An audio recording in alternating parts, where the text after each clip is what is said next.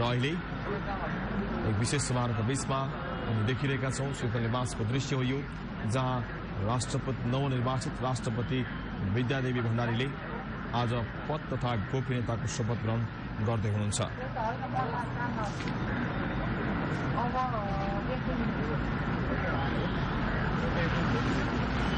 नेपाली वाम राजनीतिक आन्दोलनकी अग्रमोर्चामा रहँदै र स्थापित नामका रूपमा चिनिँदै आएकी विद्यादेवी भण्डारी देशको राष्ट्रपति पदमा आज औपचारिक रूपमा विराजमान हुँदै हुनुहुन्छ र हिजो सम्पन्न निर्वाचनपछि उहाँले कांग्रेसका उम्मेद्वार कुलबहादुर गुरुङलाई पराजित गर्दै गणतन्त्र नेपालको दोस्रो राष्ट्रपति बन्ने सौभाग्य प्राप्त गर्नुभएको र दृश्यमा देखिरहेका छौं। पूर्व राष्ट्रपतिका रूपमा डाक्टर रामवरण यादव पनि समारोह स्थलमा उपस्थित भइसक्नु भएको छ।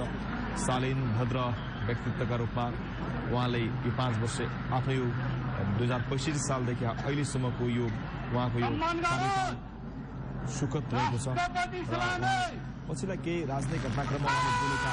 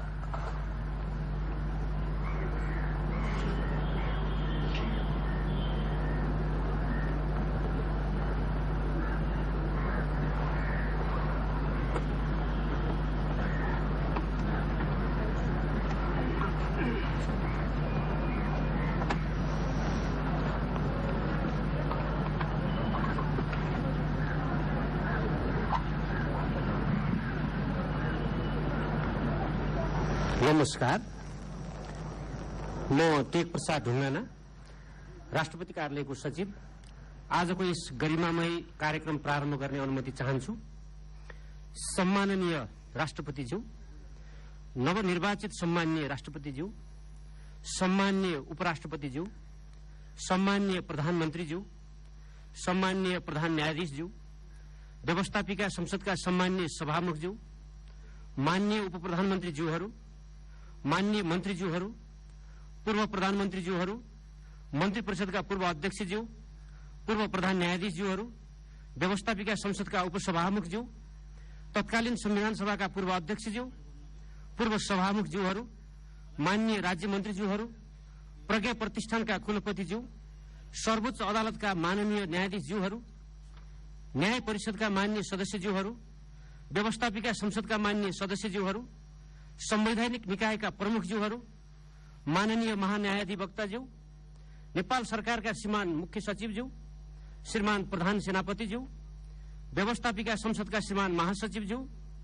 पुनरावेदन अदालत पाटनका माननीय मुख्य न्यायाधीशज्यू, विशेष अदालतका माननीय अध्यक्षज्यू, संवैधानिक निकायका पदाधिकारीज्यूहरू, नेपाल राष्ट्र बैंकका गभर्नरज्यू, प्रज्ञा प्रतिष्ठानका उपकुलपतिज्यूहरू, विश्वविद्यालयका उपकुलपतिज्यूहरू, नेपाल कानून आयोगका अध्यक्षज्यू, राष्ट्रिय महिला आयोगका अध्यक्षज्यू, राष्ट्रिय दलित आयोगका अध्यक्षज्यू, राष्ट्रिय सूचना आयोगका अध्यक्षज्यू, सत्य निरूपण तथा मेलमिलाप आयोगका अध्यक्षज्यू, बेपत्ता पारिएका व्यक्तिहरूको छानबिन आयोगका अध्यक्षज्यू, नेपाल सरकारका सचिवज्यूहरू तथा विशिष्ट श्रेणीका पदाधिकारीज्यूहरू, dear excellencies the ambassador and the head of diplomatic missions, सुरक्षा निकायका प्रमुखज्यूहरू, व्यवस्थापिका संसदमा प्रतिनिधित्व गर्ने राजनीतिक दलका प्रमुखज्यूहरू, सञ्चारकर्मीज्यूहरू, अन्य आमन्त्रित महानुभावहरू, महिला तथा सज्जनवृन्द, नवनिर्वाचित सम्माननीय राष्ट्रपति श्रीमती विद्यादेवी भण्डारीज्यूलाई शपथ ग्रहण गराउने कार्यक्रम रहेको यस समारोहमा राष्ट्रपतिको कार्यालयको आमन्त्रणलाई स्वीकार गरी उपस्थित हुनुभएका सम्पूर्ण विशिष्ट महानुभावहरूमा हार्दिक स्वागत गर्दछु। अब नवनिर्वाचित सम्माननीय राष्ट्रपति श्रीमती विद्यादेवी भण्डारीज्यूलाई राष्ट्रपति पद तथा गोपनीयताको शपथ ग्रहण गराइदिनु हुन सम्माननीय प्रधान न्यायाधीशज्यूलाई हार्दिक अनुरोध गर्दछु।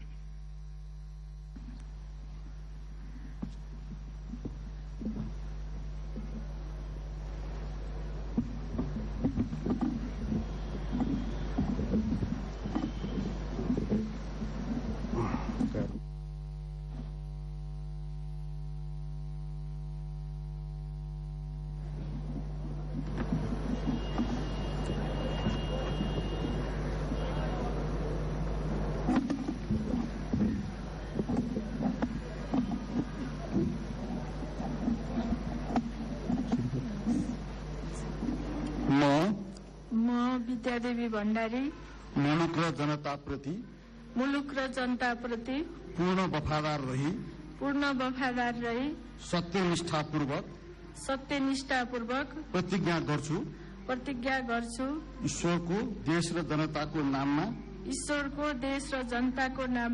शपथ लिन्छु कि नेपालको राजकीय सत्ता र सार्वभौम सत्ता नेपाली जनतामा निहित रहेको नेपालको संविधान प्रति पूर्ण वफादार रहँदै राष्ट्रपति पदको कामकाज प्रचलित कानूनको अधीनमा रही मुलुक र जनताको सोझो चिताई कसैको डर नमानी पक्षपात नगरी पूर्वाग्रह वा खराब भावना नलिई इमानदारीताका साथ गर्नेछु र आफ्नो कर्तव्य पालनाको सिलसिलामा आफूलाई जानकारीमा आएको कुरा म पदमा बहाल रहँदा वा नरहँदा जुनसुकै अवस्थामा पनि कानूनको पालना गर्दा बाहेक अरू अवस्थामा कुनै किसिमबाट पनि प्रकट वा संकेत गर्ने छैन। धन्यवाद। अब नवनिर्वाचित सम्माननीय राष्ट्रपति श्रीमती विद्यादेवी भण्डारीज्यूलाई शपथ पत्रमा हस्ताक्षर गरिदिनु हुनका लागि हार्दिक अनुरोध गर्दछु।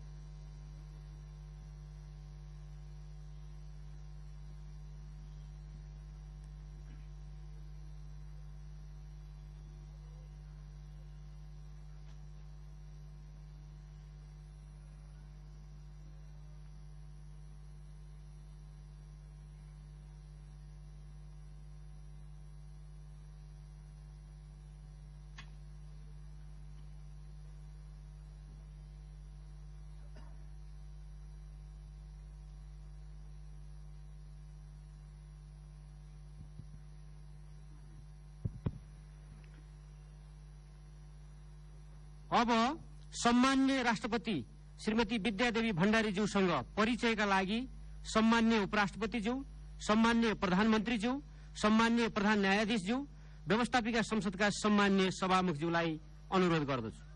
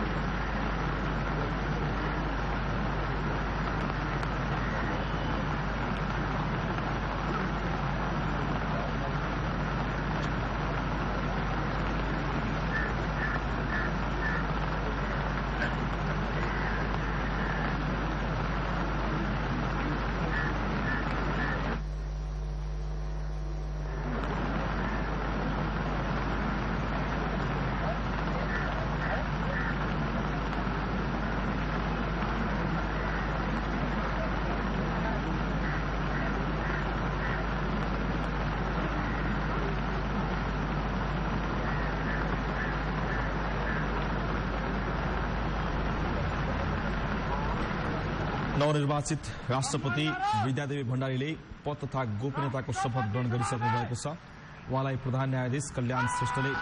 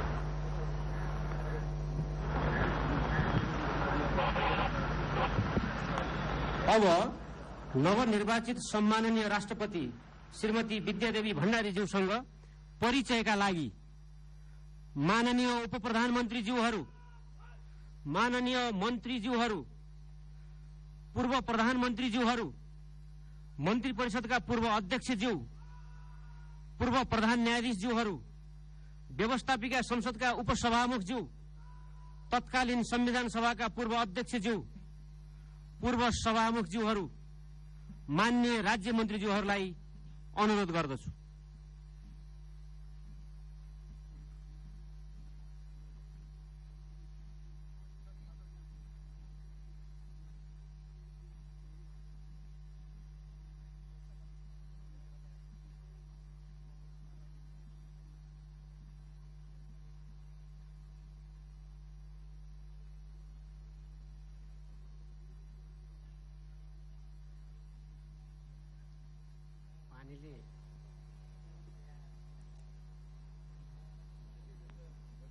स्वागत है।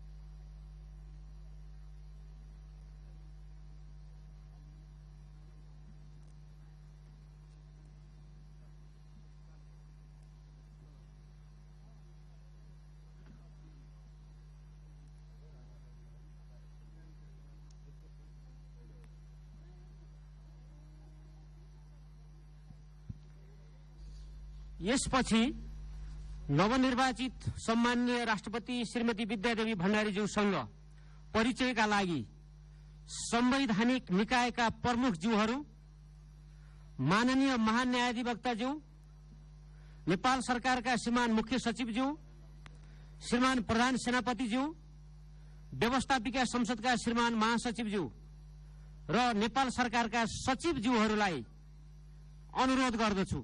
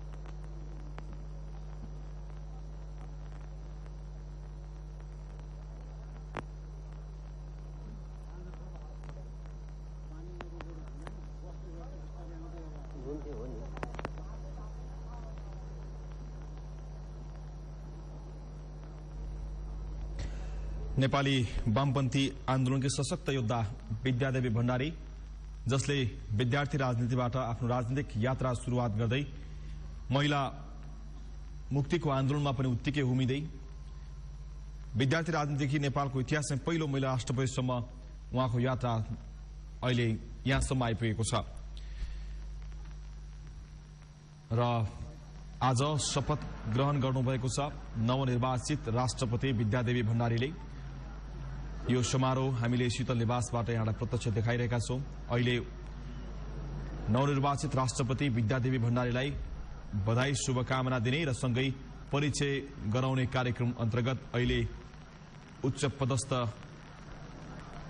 व्यक्तित्वहरूले शुभकामना व्यक्त गर्नु भएको छ। सुरक्षा निकायका व्यक्तित्वहरू यति बेला उहाँलाई शुभकामना दिँदै हुनुहुन्छ। यसभन्दा अगाडि उहाँले रक्षा मन्त्रालयको पनि जिम्मेवारी सम्हालिसक्नु भएको थियो भने त्यसैगरी वातावरण मन्त्रालयको जिम्मेवारी पनि सम्हालिसक्नु भएको